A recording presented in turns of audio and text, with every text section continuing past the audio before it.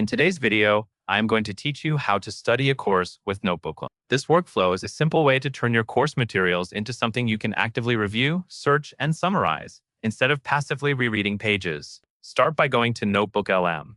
On the main screen, click the option that says Plus Create New.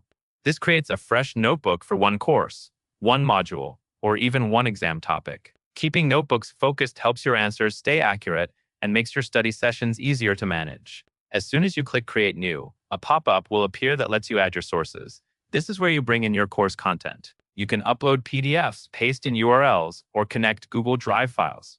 Choose the same materials you would normally study from, like lecture slides, readings, assignment guides, and any official notes. The quality of what you get out depends on what you put in, so it is worth taking a moment to add the most relevant documents.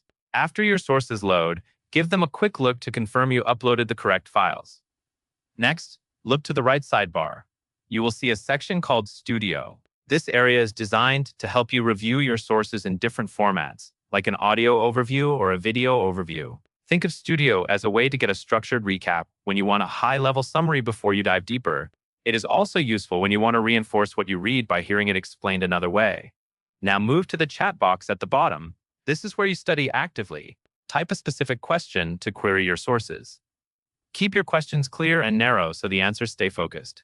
For example, ask for a definition in the context of your materials, a short explanation of a concept, or a comparison between two ideas covered in your readings.